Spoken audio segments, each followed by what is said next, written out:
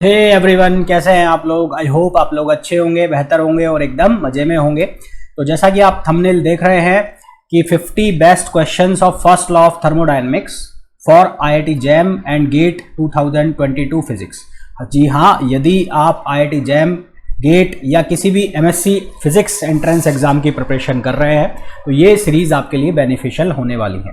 पूरी thermodynamics and statistical physics के हर chapter से हम 50-50 क्वेश्चंस लेने वाले हैं जो कि इंपॉर्टेंट होंगे और जो कि आपकी जो प्रिपरेशन है उसको डेफिनेटली बूस्ट करने का काम करेंगे। तो सबसे जो फर्स्ट चैप्टर हमने इसमें लिया है वो लिया है फर्स्ट लॉ ऑफ थर्मोडायनेमिक्स। इस चैप्टर को हम टोटल 4 या 5 पार्ट में कवर करेंगे, जिसका पहला लेक्चर या फर्स्ट पार्ट आज हम ले रहे हैं, जिसमें हम शुरू के 10 क्वेश्चंस जो है वो लेने वाले हैं। And I am sure in questions को आप एंजॉय करने वाले हैं। तो लेक्चर को स्टार्ट करें उसके पहले यदि आपने अब तक चैनल को सब्सक्राइब नहीं किया है तो प्लीज़ चैनल को सब्सक्राइब कीजिए, वीडियो को शेयर कीजिए और लाइक कीजिए। तो सबसे पहले फर्स्ट क्वेश्चन की बात करते हैं। तो इस क्वेश्चन में हमें बोला गया है gaseous mixture enclosed in a vessel consist of a 1 gram mole of a gas A। इसके लिए हमें गामा की वैल्यू दी है with and some amount of gas B। एक गैस B है, उसके लिए हमें गामा की वैल्यू गिवन है और किसी टेम्परेचर T पर है। The gases A and B are do not react with each other and are assumed to be ideal। Find the number of grams mole of the gas B if the gases mixture is 19/13। तो देखो, सबसे पहले तो जो given है इसको solve करने का प्रोसेस जो रहने वाला है हमारा वो क्या रहेगा, जो गिवन क्वांटिटीज़ है उनकी हम बात कर लें तो हमें गामा 1 दिया है 5/3 और गामा 2 दिया है हमें 7/5 और मिक्सचर का जो गामा है वो 19/3 है। अब यहाँ से हमें क्या पता लगेगा, यहाँ से हम वैल्यू निकाल सकते हैं CP या CV की। तो CV जो होता है CV की वैल्यू बराबर होती है R/γ-1। तो एक बार हम CV की वैल्यू निकाल लेंगे A के लिए और एक बार निकाल लेंगे B के लिए। तो किस तरह से निकालेंगे, हम सबसे पहले फाइंड आउट करेंगे CV A लिख लो या 1 लिख लो तो R, और γ1 कितना है इसके लिए 5/3 - 1। तो इसको सिंप्लीफाई करेंगे तो ये आएगा 3R/2। सिमिलरली हम निकाल लेंगे वैल्यू CV2 की और ये किसके बराबर होगी R/γ-1 R, और इसके लिए गामा जो है वो कितना है 7/5 - 1। तो ये भी कितना आ गया, ये आ जाएगा 5R/2। ये CV2 की वैल्यू आ गई। और इसी तरह से हम मिक्सचर के लिए CV की वैल्यू निकाल लेंगे। तो मिक्सचर के लिए फाइंड आउट करोगे तो ये कितना आएगा R/γ-1। तो R stands for R, gamma की वैल्यू कितनी है 19/13 - 1 और इसको सिंप्लीफाई करोगे तो 13R/6। ये वैल्यू हमारे पास आ गई। ठीक है, अब यहाँ से हमें ये वैल्यू मिल गई है। हो क्या रहा है कि दो गैसेज है A और B, वो रिएक्ट कर रही हैं और दोनों गैसेज रिएक्ट नहीं कर रही हैं, अज्यूम टू बी आइडियल है। तो इनका मिक्सचर जो बनेगा उसकी जो इंटरनल एनर्जी है वो इंटरनल एनर्जी क्या रहेगी, कंजर्व रहेगी। तो हम यहाँ पर लगाएंगे क्या, कंजर्वेशन ऑफ एनर्जी। तो कंजर्वेशन ऑफ एनर्जी। तो कंजर्वेशन ऑफ एनर्जी लगाओगे तो इंटरनल एनर्जी टोटल मिक्सचर की डेल्टा U, गैस A के लिए यानी कि 1 के लिए डेल्टा U1 और डेल्टा U2। अब हम जानते हैं जो U है, डेल्टा U है, उसको हम स्पेसिफिक हीट जब कांस्टेंट वॉल्यूम पर हो तो उसके फॉर्म में लिख सकते हैं NCV डेल्टा T। इस तरह से हम इसको लिख सकते हैं। तो हम यहाँ पर क्या लिख देंगे, डेल्टा U यहाँ मिक्सचर का हो जाएगा तो ये मिक्सचर के लिए N1 + N2 और CV मिक्सचर और डेल्टा T, और ये हो जाएगा N1 CV1 डेल्टा T और ये हो जाएगा N2 CV डेल्टा T। ये वैल्यू हो जाएगी। अब देखो, डेल्टा T की वैल्यू जो है यहाँ पर क्या रहेगी, सेम रहेगी, क्योंकि यहाँ पर टेम्परेचर सबका क्या है, सेम है। तो टेम्परेचर हर जगह से आकर क्या हो जाएगा, कैंसिल आउट हो जाएगा। तो टेम्परेचर हर जगह से उड़ा दो, ये टेम्परेचर खत्म, ये टेम्परेचर खत्म, ये टेम्परेचर खत्म। तो CV जो मिक्सचर की वैल्यू है वो पुट कर दें, CV1 की पुट कर दें और CV2 की पुट कर दें, 2 है तो N1 + N2। तो CV की वैल्यू पहले तो यहाँ पर ये CV मिक्सचर को इस तरह से हम लिख लेते हैं, CV mixture = N1 CV1 + N2 CV2 upon N1 + N2। इस तरह से हमने इसको लिख लिया। अब जो वैल्यूज़ हमने फाइंड आउट की है वो हम लिख लेते हैं। तो नेक्स्ट पेज पे चल लेते हैं। तो वैल्यूज़ जो हमने फाइंड आउट की है CV मिक्सचर की कितनी है 13 13 बाई कितनी है 16, 13/6, तो 13/6 आर, फिर N1 कितना है 1 मोल है, N1 कितना है 1 ग्राम मोल है, इंटू CV1 की वैल्यू हम निकाल चुके हैं कितनी है 3/2, तो 3/2 आर प्लस N2 की वैल्यू हमें चाहिए तो N2 की वैल्यू हमें निकालनी है। उसके अलावा CV2 की वैल्यू हम लिख चुके हैं कितनी है 5/2 आर, और N1 की वैल्यू 1 और N2 की वैल्यू हमें फाइंड आउट करनी है। तो अब क्या कर देंगे, इस पूरी इक्वेशन को क्रॉस मल्टीप्लाई कर देंगे, क्रॉस मल्टीप्लाई करेंगे और जब सिंप्लीफाई करेंगे तो हमें मिलेगा 13/6 R plus 13/6 R N2 is equals to 3/2 R plus 5/2 N2 R. अब आर हर जगह से क्या हो जाएगा, कैंसिल आउट हो जाएगा, ये आर ये आर ये आर ये आर खत्म हो जाएगा। पूरी इक्वेशन दोनों साइड मल्टीप्लाई कर दो आप, 6 से मल्टीप्लाई कर दोगे तो इक्वेशन सिंप्लीफाई होकर कुछ इस तरह से बनेगी। इक्वेशन बनेगी 13 + 13 N2 और ये बन जाएगा 6 2 9, ये बन जाएगा 9 + 15 N2, और इसको फर्दर सिंप्लीफाई किया तो हमारे पास यहाँ से N2 की वैल्यू आ जाएगी 2 ग्राम मोल। हमारे पास N2 की वैल्यू क्या आ जाएगी 2 ग्राम मोल आ जाएगी। ठीक है, तो ये था हमारा फर्स्ट क्वेश्चन, और होपफुली ये जो सॉल्यूशन है इसका आप लोगों को समझ में आया होगा कि किस तरह से हमें सबसे पहले CV की वैल्यू फाइंड आउट करनी है, देन उसके बाद हमें कंजर्वेशन ऑफ एनर्जी इसमें अप्लाई करना है। नेक्स्ट क्वेश्चन पर चलते हैं। नेक्स्ट क्वेश्चन में हमें बोला है find the molar heat, find the molar heat capacity, molar heat capacity of the process P equals to A/T for a monoatomic gas A being positive constant. तो इस process के लिए हम क्या करेंगे, हमें किसकी वैल्यू निकालनी है, मोलर हीट कैपेसिटी निकालना है। और मोलर हीट कैपेसिटी का मतलब है हमें C की वैल्यू फाइंड आउट करनी है ना तो Cp की वैल्यू फाइंड आउट करनी है हमें, ना Cv की वैल्यू फाइंड आउट करनी है, हमें वैल्यू फाइंड आउट करनी है किसकी, C की। तो इसके लिए हम क्या करेंगे, हमारा जो प्रोसेस रहेगा सॉल्व करने का वो क्या रहेगा, हम यूज करेंगे फर्स्ट लॉ ऑफ थर्मोडायनेमिक्स। तो from first law of thermodynamics, तो फर्स्ट लॉ ऑफ थर्मोडायनेमिक्स जो है उसके अकॉर्डिंग क्या होगा, del Q equals to du plus del W ये बनेगा। ठीक है, अब जो du है, du को हम क्या लिख सकते हैं NCV dt, तो इसको लिख दिया NCV dt और प्लस डेल W, इस तरह से लिख दिया। ठीक है, अब हमने क्या किया, ये जो पूरी इक्वेशन है इस पूरी इक्वेशन को हमने डिवाइड कर दिया किससे, NDT से। ठीक है, divide the whole equation by NDT। तो NDT से इसको डिवाइड कर दोगे तो क्या बनेगा, ये बनेगा del Q upon NDT equals to यहाँ NCV dt upon NDT plus del W upon NDT, ये बनेगा। अब हमें एक चीज़ पता है कि डेल Q जो है, डेल Q उसको अगर हम हीट के फॉर्म में लिखें, स्पेसिफिक हीट के फॉर्म में, तो डेल Q जो है वो कैसे लिखा जाता है, वो लिखा जाता है del Q equals to NC dt, और यहाँ पर लिखा है del Q upon NDT, that means कि इसको हम क्या लिख सकते हैं, C लिख सकते हैं इस वैल्यू को। ठीक है, और ये यहाँ से ये खत्म, ये खत्म, ये खत्म पूरा, तो ये बचा CV, और ये किसके बराबर, डेल W अपॉन NDT, ये बच गया। ठीक है, अब जो डेल W है क्लोज सिस्टम के केस में, फॉर क्लोज सिस्टम, यहाँ हम अज्यूम कर लेते हैं कि सिस्टम क्लोज है, तो डेल W को हम क्या लिख लेंगे, PdV, तो CV plus PdV upon NDT।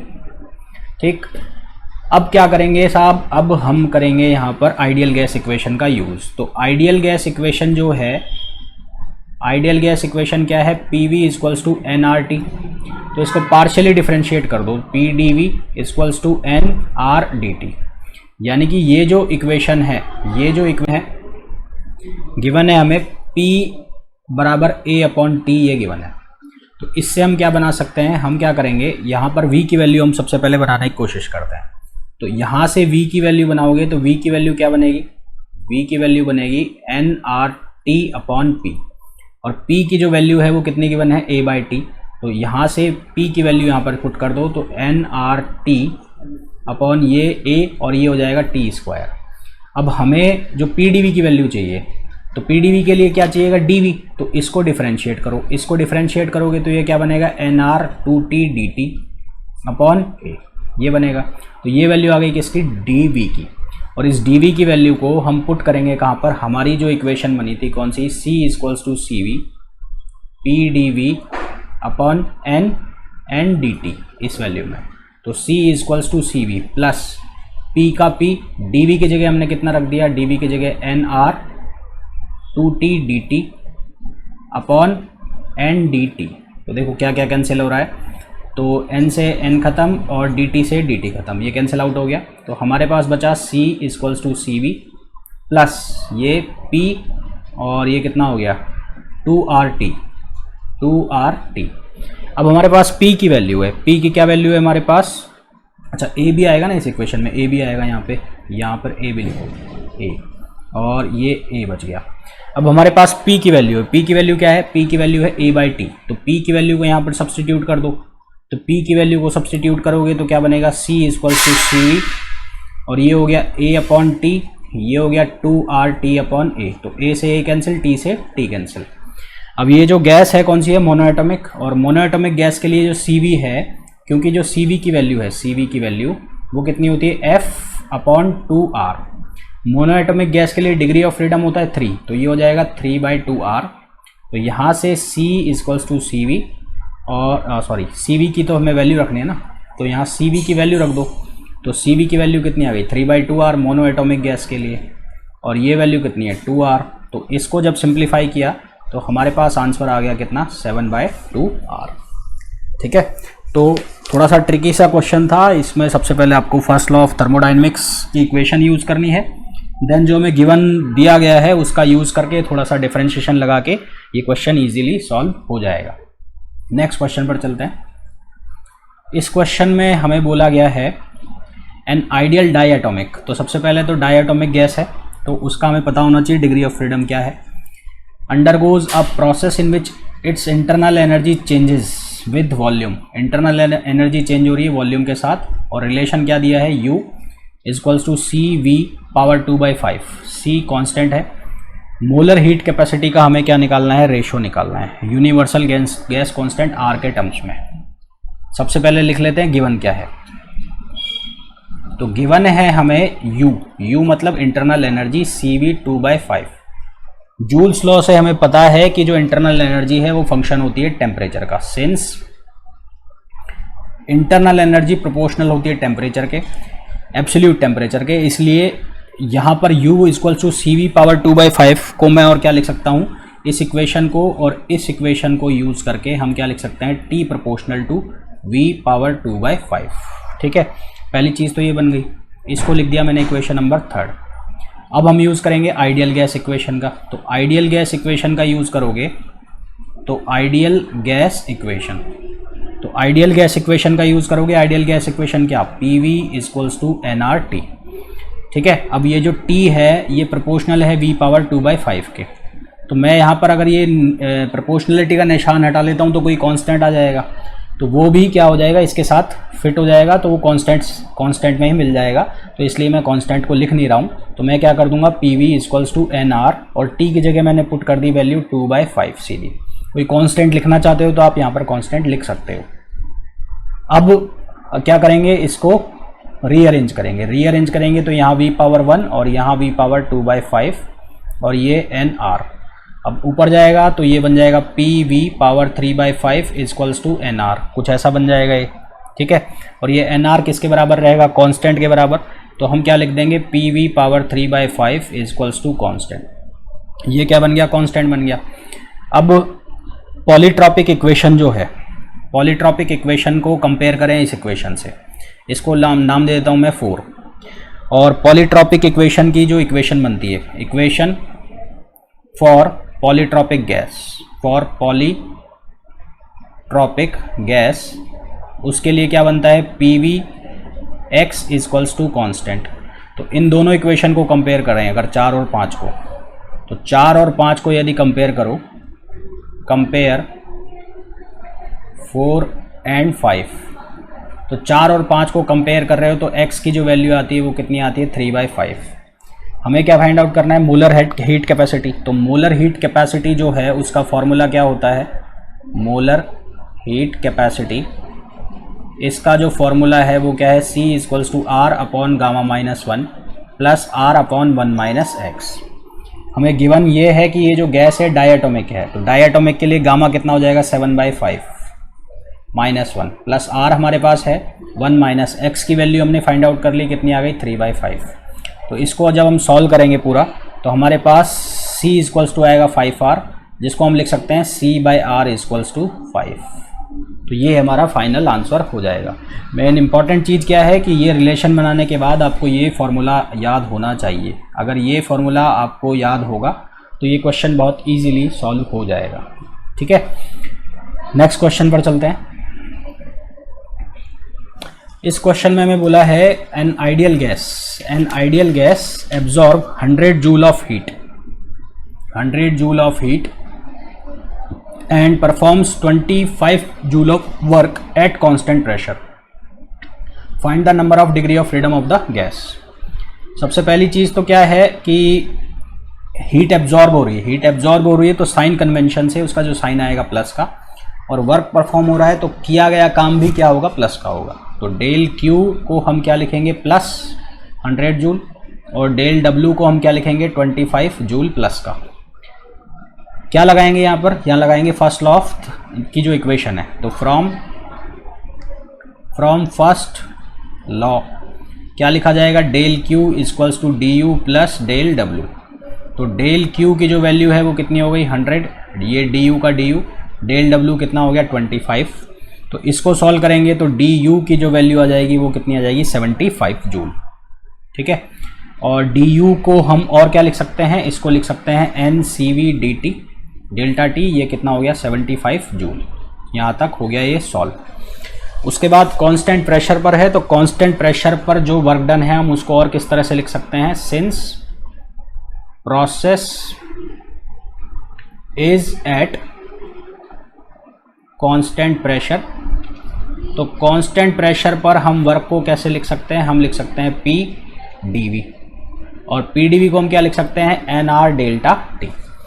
N R delta T का मतलब क्या हो गया, एन आर डेल्टा टी का मतलब हो गया N R T two minus T one. Delta W की वैल्यू हमें कितनी गिवन है 25, ये एन आर और ये T two minus T one. तो हम यहाँ से क्या करेंगे, ये जो एन आर डेल्टा टी है इसकी वैल्यू कितनी हो गई 25 अपॉन आर, ये किसकी वैल्यू हो गई एन डेल्टा टी की। तो यहाँ पर भी एन डेल्टा टी है, और ये जो लिखा हुआ है ये भी क्या लिखा हुआ है एन डेल्टा टी। तो ये वैल्यू और ये वैल्यू को यहाँ से गायब करेंगे, तो गायब करोगे तो देखो क्या बनेगा, ये सी वी का सी वी लिखा रहा, ये आ गया 25 अपॉन आर, और ये कितना आ गया 75। अब साहब जो सी वी है उस सी वी का मतलब क्या होता है, सी वी का मतलब हो गया R upon gamma minus 1 into 25 upon R into 75। तो आर से आर ख़त्म, ये कितने टाइम्स कट जाएगा, 3 टाइम्स कट जाएगा। तो यहाँ से हमारे को क्या मिलेगा, यहाँ से मिलेगा गामा माइनस 1 इक्वल्स टू 1/3, और गामा इक्वल्स टू 1 प्लस 1/3, तो ये कितना हो जाएगा 4/3 हो जाएगा। कितना हो जाएगा 4/3। इसको हमने सिंप्लीफाई किया तो ये वैल्यू आएगी 4/3, और 4/3 आ रही है। गामा जो है, गामा को डिग्री ऑफ फ्रीडम के टर्म्स में लिखूँ तो ये कितना होता है, गामा होता है 1 प्लस 2/f इक्वल्स टू 4/3। ठीक है, तो फर्दर इसको सॉल्व करोगे तो ये बन जाएगा कितना, 4/3 में से 1 माइनस करोगे आप तो 1/3, 2/f इक्वल्स टू 1/3, यानी कि f की जो वैल्यू आ गई वो कितनी आ गई 6 आ गई। तो डिग्री ऑफ फ्रीडम कितना रहेगा 6 रहेगा। इसके अलावा इसको आप डायरेक्ट भी कर सकते थे, कैसे कर सकते थे, यहाँ से अगर ये कैंसिल आउट हो जाता 3 टाइम्स, तो जो सी वी है, मैं शॉर्ट में भी बता रहा हूँ इसको कैसे कर सकते हो। सी वी जो है उसकी वैल्यू किसके बराबर होती है, f/2r के, और यहाँ लिखा हुआ है 25/r इक्वल्स टू 75। तो इसको आप 3 टाइम्स कट करते हैं, ये r से r कैंसिल, तो यहाँ से सीधा ही आ जाता है f इक्वल्स टू 6। आपको इतना लंबा करने की ज़रूरत नहीं पड़ती। तो वो डिपेंड करता है कि आपको कितना याद रहता है एग्ज़ाम के ऊपर।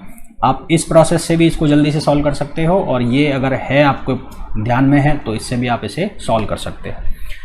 तो होपफुली ये जो क्वेश्चंस हम कर रहे हैं ये सब समझ में आ रहे होंगे आपको। और अगर आप ये वीडियो देख रहे हैं और ये सॉल्यूशंस को आप लाइक कर रहे हैं तो प्लीज़ चैनल को सब्सक्राइब कीजिए अगर आपने अब तक सब्सक्राइब नहीं किया है, और वीडियो को ज़रूर से ज़रूर शेयर कीजिए। नेक्स्ट क्वेश्चन पर चलते हैं। तो नेक्स्ट क्वेश्चन में हमें क्या गिवन है, 1/r, r is universal gas constant, moles of an ideal. Gamma की वैल्यू है हमारे पास, यहाँ वापस लिख देता हूँ मैं, गामा की जो वैल्यू हमें गिवन है, गामा की वैल्यू है 1.5 है, गामा की वैल्यू है 1.5, undergoes a cyclic process ABCDA as shown in figure, assuming the gas to be ideal if the next heat exchange is 10x joules, find the value of x। ठीक है, और log 2 की हमें value दी है, ये graph दिया हुआ है। तो एक साइक्लिक प्रोसेस है, और साइक्लिक प्रोसेस में हमें पता है कि फर्स्ट लॉ क्या कहता है कि चेंज गिवन साइक्लिक प्रोसेस में सिस्टम को दी गई हीट या सिस्टम की जो टोटल हीट है वो टोटल वर्क डन के बराबर होती है।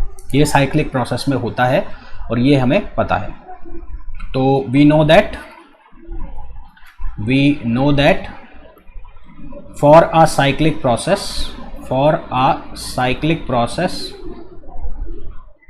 क्या होता है, डेल साइक्लिक प्रोसेस में डेल Q किसके बराबर, डेल W के बराबर। अब जो W है, कुल W किसके बराबर होगा, W होगा बराबर WAB plus WBC plus WCD और प्लस WDA, ये होगा।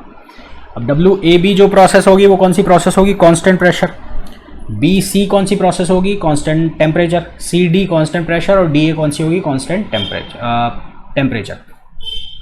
तो AB सबसे पहले कौन सी प्रोसेस हो रही है, ये हो रही है कांस्टेंट प्रेशर। तो कांस्टेंट प्रेशर में जो वर्क डन है वो किसके बराबर होगा, PdV, जिसको और क्या लिख सकते हैं, NR डेल्टा T, और डेल्टा T मतलब T2 माइनस T1। तो AB का जो वर्क डन है उसको लिख दिया हमने NR और इसको लिख दिया TB minus TA, plus BC जो है कौन सी है, आइसोथर्मल है, और आइसोथर्मल में जो वर्क डन है वो किसके बराबर हो जाएगा, NRT ln P1 upon P2। क्योंकि यहाँ पर वॉल्यूम नहीं है तो हमने इसको लिख दिया प्रेशर के फॉर्म में।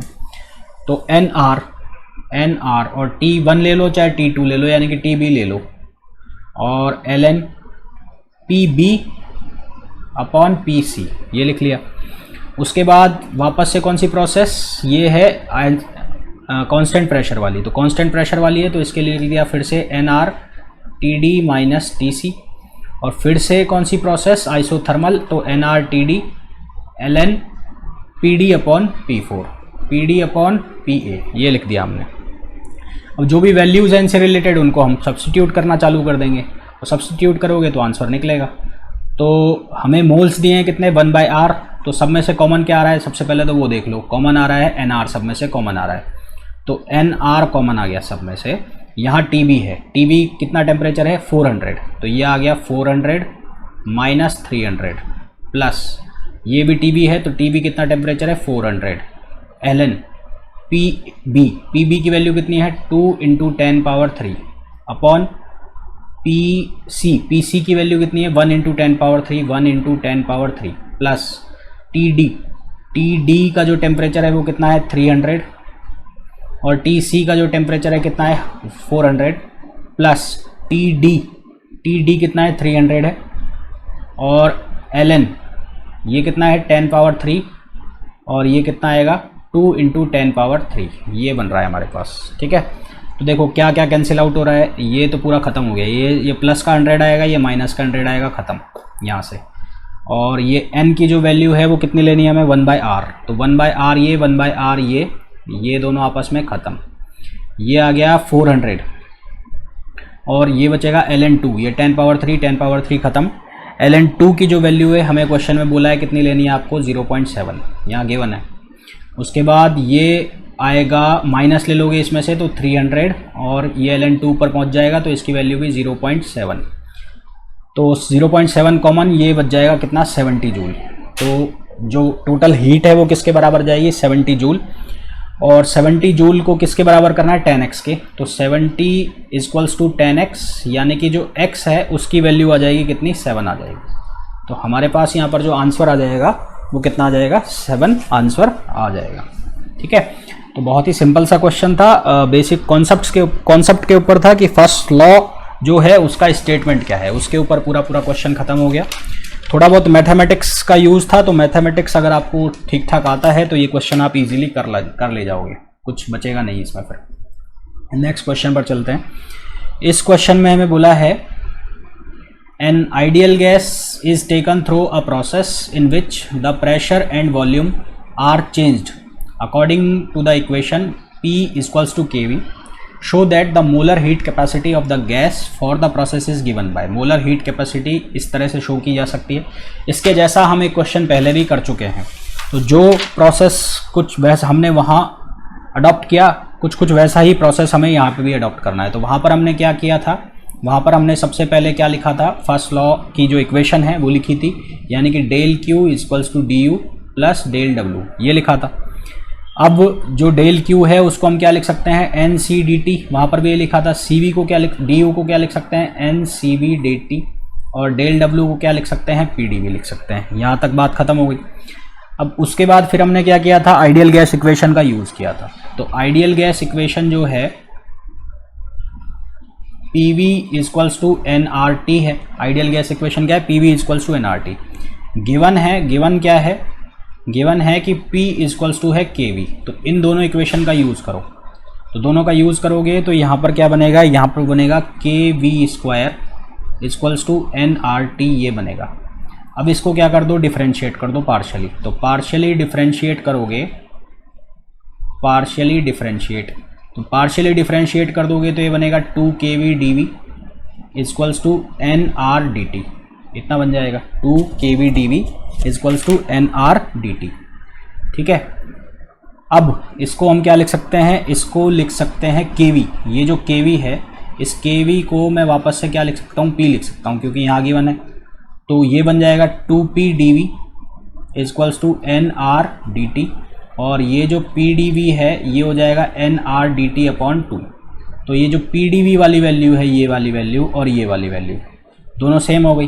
तो ये इनको रिप्लेस कर दें, तो रिप्लेस कर दोगे तो क्या बन जाएगा, ये बनेगा NCDT equals to NCVDT plus nRDT upon 2। तो n पूरी जगह से कैंसिल, n यहाँ से भी ख़त्म, n यहाँ से भी ख़त्म, n यहाँ से भी ख़त्म, dt ख़त्म। तो हमारे पास बच क्या गया, हमारे पास बच गया C equals to CV plus R/2। हमारे पास क्या बच गया, C equals to CV plus R/2। तो ये हमें सॉल्व करना था। ठीक है। तो होपफुली ये जो क्वेश्चन जितने भी हम सॉल्व कर रहे हैं ये सब आपको समझ में आ रहे होंगे। इन केस यदि आपको कोई प्रॉब्लम होती है या कोई आपकी क्वेरीज है तो प्लीज़ आप कमेंट बॉक्स में लिख के भेजिए मुझे, और जैसे ही मैं उसे देखूंगा तो मैं जल्दी से जल्दी उसका रिप्लाई करने की कोशिश करूंगा।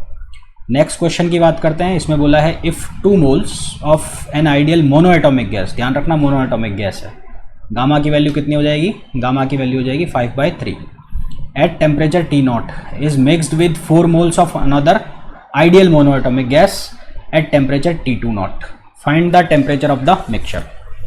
एक का टेम्परेचर है T0, दूसरे का मिक्सचर है 2T0। मिक्सचर का टेम्परेचर निकालना है तो एनर्जी कंजर्वेशन हमें लगा लेना है, एनर्जी कंजर्वेशन का यूज करना है। तो सॉल्यूशन का अप्रोच क्या रहेगा, conservation of energy, conservation of energy. तो एनर्जी का कंजर्वेशन यानी कि फाइनल इंटरनल एनर्जी इनिशियल, ये हो गई, ये 1 की, ये 2 की। अब जो डेल्टा U है वो किसके बराबर होता है, F/2 RT के। तो मिक्सचर के लिए क्या हो जाएगा, N भी आएगा यहाँ पर, तो ये कितना हो जाएगा मिक्सचर के लिए N1 plus N2 F/2 R, और डेल्टा T तो हमें निकालना ही है मिक्सचर का, तो उसको लिख लेते हैं हम T। 1 के लिए कितना हो जाएगा N1 R F/2, और ये T0 दिया हुआ है, और इसके लिए कितना हो जाएगा N2 R F/2, और ये कितना दिया हुआ है, ये दिया हुआ है 2T0। तो सबसे पहले तो क्या क्या कैंसिल आउट हो रहा है उसको उड़ा दो। मोनो एटॉमिक गैस है तो मिक्सचर भी क्या बनेगा, मोनो एटॉमिक गैस का ही बनेगा। तो F/2 F/2 F/2 ख़त्म। उसके बाद क्या ख़त्म हो जाएगा, R ये ख़त्म, ये वाला भी R ख़त्म।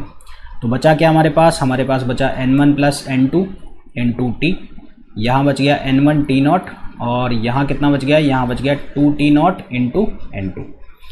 अब N2 की जो वैल्यू है वो हमें गिवन है, N2 की वैल्यू कितनी गिवन है, वो है 4, और N1 की जो वैल्यू है वो कितनी है 2। तो यहाँ वैल्यू रख दो 2 + 4 इंटू टी, ये हो गया कितना 2T0 और ये हो गया 4 दूनी 8 T0। तो यहाँ से ये कितना आ जाएगा, यहाँ से सॉल्व करोगे तो ये आ जाएगा 6T इक्वल्स टू 10T0। तो T equals to 10T0 bye 6, तो ये T की जो वैल्यू आ जाएगी 5/3 T0। तो पूरा जो मिक्सचर है उसका जो टेम्परेचर हो जाएगा वो हो जाएगा 5/3 और T0। ठीक, नेक्स्ट क्वेश्चन पर चलते हैं। इस क्वेश्चन में हमें बोला गया है 3 moles of N ideal gas being initially at temperature T0, initial temperature कितना है 273 केल्विन, वर आइसोथर्मली एक्सपेंडेड। आइसोथर्मली एक्सपेंड किया जाता है कब तक, जब तक कि उसका फाइनल वॉल्यूम इनिशियल वॉल्यूम का 5 टाइम्स ना हो जाए, and then cooled isochorically and then isochorically heated, मतलब कांस्टेंट वॉल्यूम पर हीट कर रहे हैं जब तक कि जो फाइनल प्रेशर है इनिशियल प्रेशर के बराबर ना हो जाए। टोटल अमाउंट ऑफ हीट दिया हुआ है, कितना ट्रांसफ़र हो रहा है 80 kilo joule, total amount of heat 80 kilo joule है।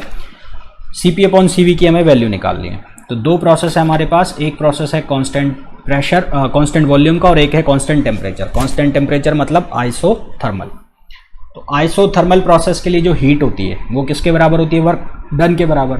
तो फॉर आइसोथर्मल प्रोसेस, तो आइसोथर्मल प्रोसेस के लिए आप क्या लिखोगे डेल क्यू, और उसकी जो वैल्यू है वो किसके बराबर होती है nRT ln V2/V1। अब ये हमें गिवन है कि जो V2/V1 है वो कितना है 5 है, और V2 क्योंकि आइसोथर्मल प्रोसेस है तो इसको हम और क्या लिख सकते हैं P1/P2।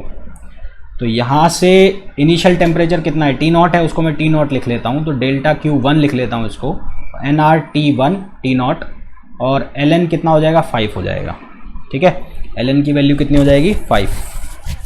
इसको लिख दिया मैंने इक्वेशन फर्स्ट। फिर सेकंड केस की बात करें, आइसोकोरिकली। आइसोकोरिकली है यानी कि जो वर्क डन है आइसोकोरिक प्रोसेस यानी कि कांस्टेंट वॉल्यूम के लिए, तो for constant volume, constant volume के केस में क्या होता है साहब, कांस्टेंट वॉल्यूम के केस में डेल डब्ल्यू की वैल्यू 0 होती है। इसका मतलब जो वर्क डन है वो किसके बराबर होता है, इंटरनल एनर्जी में चेंज के हीट जो है वो किसके बराबर होती है, इंटरनल एनर्जी में चेंज के बराबर होती है। और इसको लिख सकते हो NCV/dt। तो इसको लिख दूंगा मैं डेल Q2। ठीक है, क्या लिख दूंगा डेल Q2। तो NCV की जो वैल्यू है वो बराबर होती है R/γ-1 और डेल्टा T। अब ये जो गैस है, गैस ये कौन सी गैस है, गिवन है क्या, कौन सी है, नहीं गिवन नहीं है, कौन सी है, 3 मोल्स दे रखे हैं। तो N की वैल्यू है हमारे पास 3 मोल्स। अब यहाँ से हम क्या कुछ कर सकते हैं वो देख लेते हैं।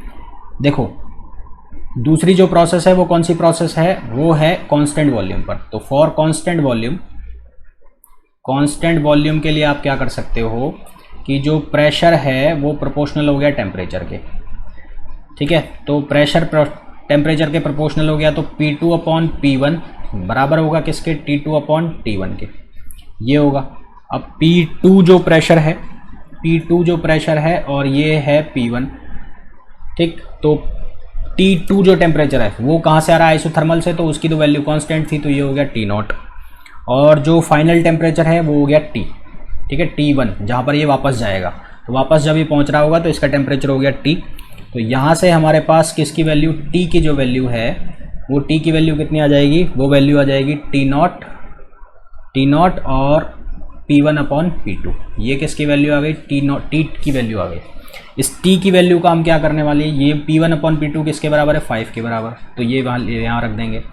इस वैल्यू का क्या करने वाले हैं, डेल्टा T जो बनेगा वो क्या बनेगा, वो बनेगा T - T0। तो फर्दर जब हम इसको सॉल्व करेंगे तो डेल्टा Q को हम पहले तो ऐसे लिख लेते हैं nR/γ-1 और इसको लिख लेते हैं T - T0।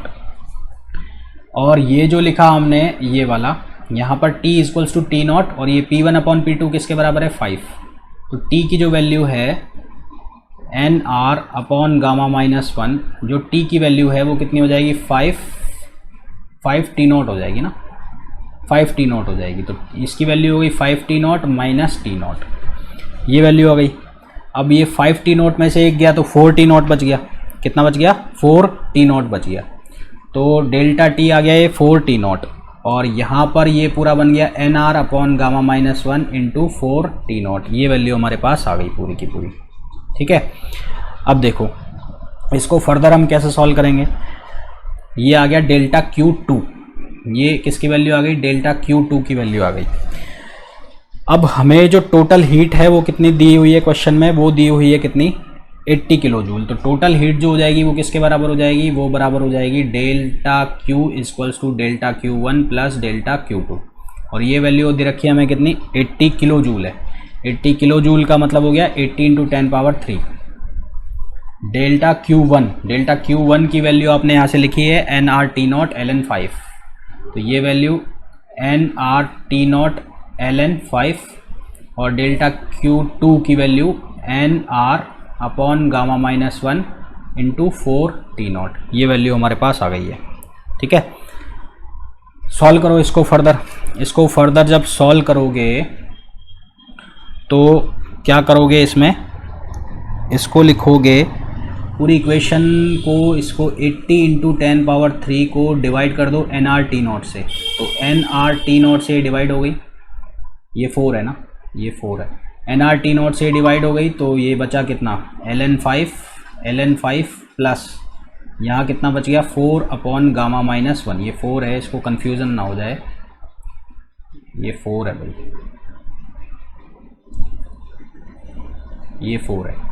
ठीक है, इतना सॉल्व हो गया। अब उसके बाद इसको ट्रांसपोज कर लो। ट्रांसपोज करोगे तो कैसे लिखा जाएगा, ये लिखा जाएगा 80 × 10⁻3 upon nRT0 minus ln5 equals to 4 upon gamma minus 1, और पूरी का कर दो रिवर्स कर दोगे तो ये बनेगा gamma minus 1 equals to 4 upon gamma minus 1 upon 4 लिख लो एक बार, गामा माइनस 1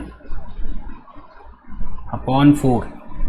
ठीक है, गामा माइनस 1 अपॉन 4, और इसको मान लो 1 अपॉन में आ जाएगा, तो ये हो जाएगा 1 अपॉन 80 × 10⁻3 अपॉन nRT0, और ये हो जाएगा माइनस ln5।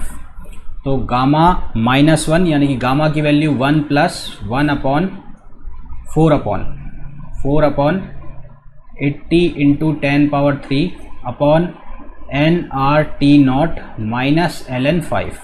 अब हमें वैल्यू गिवन है किसकी, R की वैल्यू को रख लेंगे 8.3, टेम्परेचर जो है वो 273 गिवन है, n की वैल्यू 3 गिवन है, तो ये सारी वैल्यूज़ अब सब्सटीट्यूट कर दें यहाँ पर। तो जो गामा की वैल्यू है वो कितनी आ जाएगी, 1 प्लस 4 अपॉन 80 × 10⁻3, ये 3, ये 8.3, ये 273, और माइनस कितना हो गया ln5। इसको जब आप सॉल्व कर लोगे तो सॉल्व करने के बाद जो गामा की वैल्यू है वो आएगी 1.4। ठीक है, इसको एक बार सॉल्व ज़रूर कर लेना, मैंने डायरेक्ट सॉल्व करके लिख दिया है। तो इसको सॉल्व करोगे तो गामा की वैल्यू आ जाएगी 1.4। तो ये क्वेश्चन थोड़ा सा बड़ा था और काफ़ी कुछ इसमें थोड़ी मेहनत करनी पड़ी, पर ठीक है, इतने बड़े एग्ज़ाम की तैयारी कर रहे हो तो इतनी सी तो एक्सपेक्टेड है कि इतनी मेहनत तो तुम लोग करोगे ही करोगे। अगले क्वेश्चन में चलते हैं। इस क्वेश्चन में हमें बोला है an ideal gas whose adiabatic exponent equals g is expanded according to the law p equals to ab। ठीक है, is expanded according to the law p equals to ab। p equals to ab law के according ये expand हो रहा है, where a is a constant, the initial volume of the gas is v0। Initial volume जो gas का है वो क्या है, v0 है, और जो रिजल्टेंट एक्सपेंशन है यानी कि एक्सपेंड होने के बाद जो वॉल्यूम है वो हो जाता है n0, नीटा इंक्रीज हो जाता है। तो हमें क्या क्या निकालना है, increment of the internal energy और वर्क परफॉर्म बाय गैस और मोलर हीट कैपेसिटी। तो देखो सबसे पहले तो गिवन क्या क्या है वो लिखो। लॉ जो हमें दिया हुआ है, लॉ क्या लॉ दिया हुआ है, हमें लॉ दिया हुआ है p equals to A B, इस लॉ के अकॉर्डिंग जा रही है, यानी कि p v-1 a। तो इसको स्टैंडर्ड इक्वेशन से कंपेयर करो, यानी कि P V N equals to constant से कंपेयर करो। कंपेयर करोगे तो यहाँ से n की वैल्यू कितनी आ गई, -1 आ गई है। पहली चीज़ तो ये हो गई, n की वैल्यू कितनी आ गई, -1। फिर हमें क्या बोला है गिवन में कि v2 जो है वो नीटा टाइम से v0 के, ये किसकी वैल्यू दे रखी है, v2 की, और जो p है वो कितना है, av है, p है av के बराबर। ठीक है, तो इस फॉर्मूला से हम क्या लिख सकते हैं, यहाँ से लिख सकते हैं P1 upon P2, P1 upon P2 equals to ये हो जाएगा किसके, V1 अपॉन V2 के। तो यहाँ से हमें जो P2 की वैल्यू मिलेगी वो कितनी मिलेगी, P1 V2 अपॉन V1, और ये जो चीज़ है ये किसके बराबर है, A के बराबर, यहाँ गिवन है P upon A equals to V1 equals to A, तो P2 इक्वल्स टू A और V2 किसके बराबर है, N नीटा V0। तो ये किसकी वैल्यू हो गई है, P2 की वैल्यू हो गई। सबसे पहले क्या निकालना है, इंटरनल एनर्जी में इंक्रीमेंट। तो पॉलीट्रॉपिक प्रोसेस के लिए जो इंटरनल एनर्जी है उसकी वैल्यू क्या होती है, उसकी वैल्यू होती है delta U equals to NR upon gamma minus 1 और T2 माइनस T1। T2 मतलब final temperature, T1 minus T1 मतलब initial temperature. Ideal gas equation के according PV equals to NRT, तो NRT2 को लिख सकते हो P2V2 और NRT1 को लिख सकते हो P1V1। तो डेल्टा U ये हो गया P2V2 minus P1V1 upon gamma minus 1। तो वैल्यू यहाँ पर सब्सटीट्यूट कर दोगे सारी, तो P2 की वैल्यू क्या है, P2 की वैल्यू है A नीटा V0, V2 की वैल्यू क्या है, नीटा V0। तो वैल्यू रख लो, चलो ये वैल्यू रखो, वैल्यू रखोगे तो ये कितना बनेगा, P2 की value A Neeta V0 multiply by ये कितना बनेगा, ईटा V0 माइनस P1 की वैल्यू कितनी है, P1 की वैल्यू है A V0 और V1 की वैल्यू ऑलरेडी कितनी है V0, और ये हो गया गामा माइनस 1 गामा A।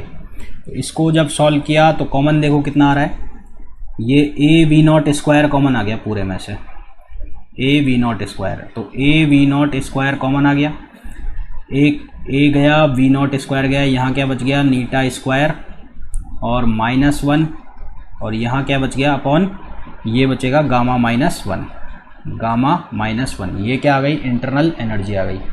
फिर क्या फाइंड आउट करना है हमें, वर्क डन। तो वर्क डन पॉलीट्रॉपिक प्रोसेस में जो वर्क डन है उसकी वैल्यू क्या होती है, उसकी वैल्यू होती है इंटरनल एनर्जी में जो चेंज आया है, यानी कि इसको हम लिखते हैं P1V1 माइनस P2V2 अपॉन इसको लिखते हैं n-1 से, ठीक है। तो P1V1 इसकी वैल्यू को रख देंगे तो ये बन जाएगा A0 V0 स्क्वायर, और ये क्या बन जाएगा, P2 था अल्फ़ा A नीटा V0 और V2 की वैल्यू कितनी थी, नीटा V0 अपॉन n-1।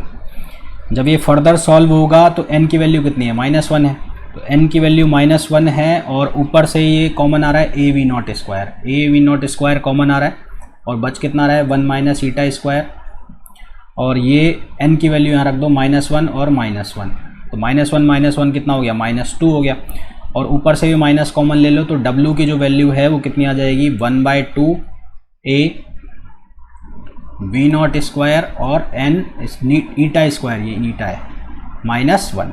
ये किसकी वैल्यू हो गई, वर्क डन की। तीसरा क्या निकालना है, molar heat capacity, molar heat capacity. तो मोलर हीट कैपेसिटी जो है पॉलीट्रॉपिक की, उसका formula R n minus gamma upon n-1 और गामा -1, ये फार्मूला। तो R की वैल्यू R, n की वैल्यू -1 और ये माइनस गामा अपॉन नीचे -1 और ये गामा -1, तो -1 कितना हो जाएगा, -2, ऊपर से भी माइनस कॉमन ले लो तो ये बन जाएगा कितना, R/2, और यहाँ बनेगा क्या, गामा +1 और नीचे क्या बनेगा, गामा -1। तो ये वैल्यू आ जाएगी किसकी, मोलर हीट कैपेसिटी की। तो ये जो क्वेश्चन था ये पूरी तरह से बेस्ड था फार्मूलाज के ऊपर। तो यदि आपको पॉलीट्रॉपिक गैस के लिए फार्मूलाज आते हैं तो ये क्वेश्चन हो जाएगा, नहीं तो ये अटकेगा। तो आप समझ रहे होंगे इंपॉर्टेंस कि आपको अगर कितने फार्मूला याद हैं, कितने क्वेश्चन आप कर पाएंगे, क्योंकि एग्ज़ाम में यही होता है कि आपको चाहे आता कितना हो, उस टाइम अगर आपको चीज़ स्ट्राइक नहीं की तो फिर दिक्कत हो जाती है। तो फार्मूलाज को रेगुलरली आप रिवाइज करते रहें, जिससे कि ये इस तरह के क्वेश्चन जो हैं वो अटके नहीं। नेक्स्ट क्वेश्चन पर चलते हैं। इस क्वेश्चन में हमें बोला है 1 mole of a certain gas is contained in a vessel of volume V equals to 0.250 litre है at a temperature T1 300 kelvin. The gas pressure is, gas का प्रेशर दे रखा है, टेम्परेचर T2 दिया हुआ है, प्रेशर P2 दिया हुआ है। वंडरवॉल पैरामीटर्स निकालने हैं। तो वंडरवॉल पैरामीटर्स कैसे निकालोगे, उसके लिए वॉन डेर वाल इक्वेशन आनी चाहिए। तो वॉन डेर वाल इक्वेशन क्या है, वॉन डेर वाल इक्वेशन लिखो P plus N A upon V square, N A upon V square, V minus B equals to R T, है ना, ये लिखोगे। एन 1 मोल है तो यहाँ पर 1 मोल हो जाएगा।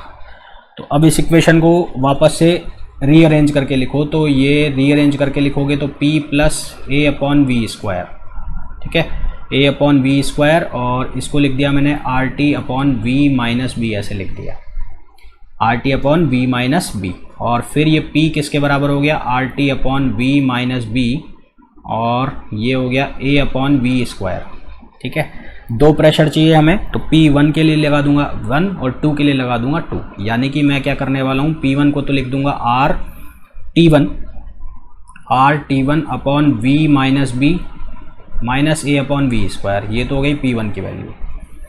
और जो 2 होगा वो क्या हो जाएगा, P2 equals to R T two upon V minus B minus A upon V square. अब ये मत सोचना कि वॉल्यूम को V1 T V2 क्यों नहीं लिखा, क्योंकि जो वॉल्यूम है वेजल का वो क्या है, कांस्टेंट रहेगा, तो V और V हर जगह क्या रहेगा, V रहेगा। इक्वेशन सेकंड में से फर्स्ट को माइनस कर दिया, तो सेकंड माइनस फर्स्ट करोगे तो P2 माइनस P1, और ये बन जाएगा क्या, R T2 minus T1 upon V minus B, ये बन जाएगा। इसको कर दो क्रॉस मल्टीप्लाई करोगे तो V minus B equals to R T2 minus T1 upon P2 minus P1, ये बन जाएगा, ठीक है। और इसको क्या लिख सकते हो, इसको लिख सकते हो B की वैल्यू अगर आपको निकालनी है तो B की वैल्यू कितनी आ जाएगी, V minus R T2 minus T1 over P2 minus P1, ये आ गई B की वैल्यू। ये किसकी वैल्यू आ गई, B की वैल्यू आ गई है, ठीक है। B की वैल्यू आ गई है, तो B की वैल्यू में जो हमें वैल्यू गिवन है उन वैल्यूज़ को पुट करेंगे और आंसर निकालेंगे। तो वैल्यूज़ क्या क्या गिवन है, वॉल्यूम कितना है 0.250 लीटर, माइनस आर की वैल्यू 8.3, T2 कितना है, T2 350, तो 350, और T1 कितना है 300, प्रेशर जो है वो कितना है 110 माइनस 90, तो इसको जब सॉल्व करोगे ये 110 है, तो इसको जब सॉल्व करोगे तो B की जो वैल्यू आएगी वो आएगी 0.045 लीटर पर एटमॉस्फेरिक प्रेशर। तो ये मोल में आएगी ना, मोल आएगा, मोल। तो ये तो आ गई किसकी वैल्यू, B की वैल्यू। उसके बाद हमें फाइंड आउट करनी है A की वैल्यू। तो A की वैल्यू के लिए क्या करेंगे, जो हमारी P1 वाली इक्वेशन है, या P2 वाली, कोई सी भी ले सकते हो आप। मैंने P1 वाली इक्वेशन ले ली, इस P1 वाली इक्वेशन में मैं V माइनस बी की वैल्यू यहाँ से डाल दूंगा, ये वैल्यू डाल दी मैंने ऐसे, ठीक है। तो ये वैल्यू डाल रहा हूँ मैं इस इक्वेशन में, तो मैं क्या लिखूँगा, P1 equals to R T1, और V माइनस बी की वैल्यू यहाँ से डाल रहा हूँ मैं उठा के पूरी, तो ये कितना आ जाएगा, नीचे तो आ जाएगा R T2 minus T1, P2 minus T2 minus T1 ही आएगा ना, और ऊपर पहुँच जाएगा कितना, P2 माइनस P1, और यहाँ माइनस था A अपॉन वी स्क्वायर। हमें वैल्यू चाहिए किसकी, हमें A की वैल्यू चाहिए, तो इसको ट्रांसपोज कर दो, तो A upon V square equals to R T1 P2 minus P1 upon R T2 minus T1, ये R से R ख़त्म, और यहाँ आ गया माइनस का P1, ठीक है। अब क्या कर लो, LCM ले लो, LCM ले लिया, कितना, T2 माइनस T1 LCM आ गया, तो ये कितना हो जाएगा, ये हो जाएगा T1 P2 और माइनस T1 P1, और जब LCM लिया है तो इसको मल्टीप्लाई करोगे तो ये कितना बनेगा, minus P1 T2 minus minus plus P1 T1, ये ख़त्म हो जाएगा। तो हमारे पास वैल्यू किसकी बचेगी, A अपॉन वी स्क्वायर, कितना बचेगा, T1 P2 minus P1 T2 upon T2 minus T1। जो हमें वैल्यूज़ गिवन है उस वैल्यूज़ को यहाँ पे सब्सटीट्यूट करेंगे, तो A equals to V square T1 P2 minus P1 T2 upon T2 minus T1। तो जो वैल्यूज़ गिवन है, गिवन वैल्यूज़ को सब्सटीट्यूट करेंगे तो हमारे पास जो A की वैल्यू आ जाएगी सॉल्व होकर, वो आएगी 1.87 एटमॉस्फेरिक प्रेशर है dot litre square upon mole square. ये क्या आ जाएगा हमारे पास, फाइनल आंसर आ जाएगा किसका, ए का। तो ये वंडरबॉल के क्या आ जाएंगे, पैरामीटर्स आ जाएंगे। तो ये थे फर्स्ट पार्ट के क्वेश्चन जो आज हमने बेस्ट जो हम 100 क्वेश्चन करने वाले हैं, सॉरी बेस्ट जो 50 क्वेश्चन करने वाले हैं फर्स्ट लॉ ऑफ थर्मोडायनेमिक्स के, उनमें से पहले 10 क्वेश्चन थे। होपफुली ये जो क्वेश्चंस हैं आप लोगों को समझ में आए होंगे, और आपकी जो प्रिपरेशन चल रही है आईआईटी जैम की या किसी भी एमएससी फिजिक्स एंट्रेंस एग्ज़ाम के लिए किसी भी यूनिवर्सिटी के लिए, तो उसमें ये जो क्वेश्चंस है ये आपके लिए बहुत बेनिफिशियल रहेंगे। तो अगर आप इस वीडियो को देख रहे हैं तो प्लीज़ लाइक बटन को ठोकिए, प्लीज़ शेयर कीजिए, और अगर आपने चैनल को सब्सक्राइब नहीं किया है तो प्लीज़ चैनल को सब्सक्राइब कीजिए। तो मिलते हैं नेक्स्ट लेक्चर में अगले 10 क्वेश्चंस के साथ। Till then thank you, bye bye.